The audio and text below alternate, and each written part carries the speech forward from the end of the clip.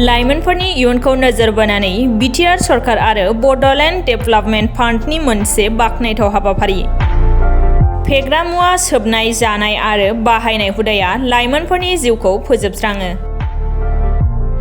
बेबायदिनो लाइमोनफोरनि इयुनखौ नोजोर होनानै बिटिआर सरकारनि सोलोंथाइ बिफान आरो बड'ल डेभेलपमेन्ट फाउन्डेशननि जुथायै बानजायनायाव ड्राग्स आरो फेग्रा मुवा सोबनाय, जानाय आरो बाहायनायनि सायाव बिटिसिनि गंफ्रोमबो जिल्लानि 3 सोलोंथाइ फसंथानफोराव सांग्रांथि मेल बानजायदों। बेबायदिनो क'क्राझार सदर सहराव थानाय क'क्राझार सरकारि गोजौसिन गेजेर थांखिबां फरायसालिजों लोगोसे क'क्राझार हिनजावसा हायार सेकेन्डारि फरायसालियावबो फरायसा फरायसुलिफोरखौ लानानै सांग्रांथि मेलखौ खुंनाय जायो। सांग्रांथियारि मेल हाबाफारियाव फुंखा सुबुं महरै बाहागो लानानै क'क्राझार CITनि बिबुंगोरा बिहुं ब्रह्मआ फरायसाफोरनि सिगाङाव ड्राग्स आरो फेग्रा मुवा लायोब्ला देहानि थाखाय आरो इयुन जिउनि थाखाय माबायदि खहा लाबोयो आरो ड्राग्सनिफ्राय गावखौ माबोरै जानगाराव लाखिनांगौ बेनि बागै थुलुंगाखां गियान होयो। बे हाबाफारियावनो बड'ल फाउन्डेशननि गुबुन गुबुन बिबाननि बिबानगिरिफोरजों लोगोसे फरायसा फरायसुलिफोरा खौसेयै बाहागो लायो।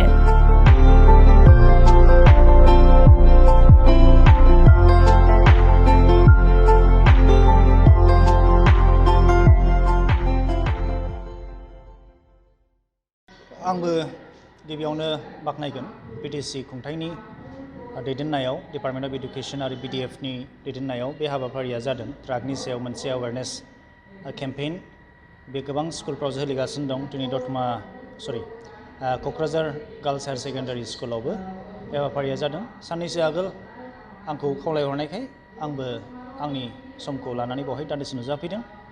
जोबोरैनो मोजां हाबाफारि। दिनै जोङो मिथिगौ जोंनि लाइमोनफ्रानो जोंनि इयुन, आरो जों बयखौबो मिथिगौ जे जोंनि दा न'खरफोराव जोंहा साफा सानैल' गथ'फोर दंसै।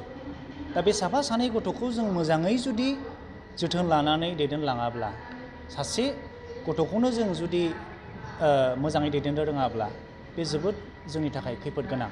दा बेनिखायनो जोंनि सम्पदखौ, जोंनि इयुनखौ जोङो दानिफ्रायनो बयबो लोगो लालायनानै जुदि हमथायाब्ला जों जेसेबांखि लेखा गोरों बा जेसेबांखि जोङो जौगानो सानाथों मानो बे जाफुंनाय नङा।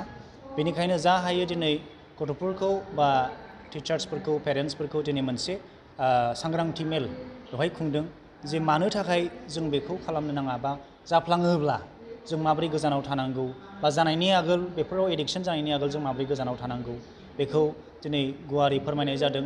आरो बेजों अनगायैबो गथ'फोरखौ माखासे मटिभेसन खालामनाय जादों जे गावखौ जोङो गावनि सोलोंथाइ जिबनाव, गावनि बे लाइमोन जिउआव माबोरै दैदेनलांनांगौ बेखौ जोङो सावरायदों।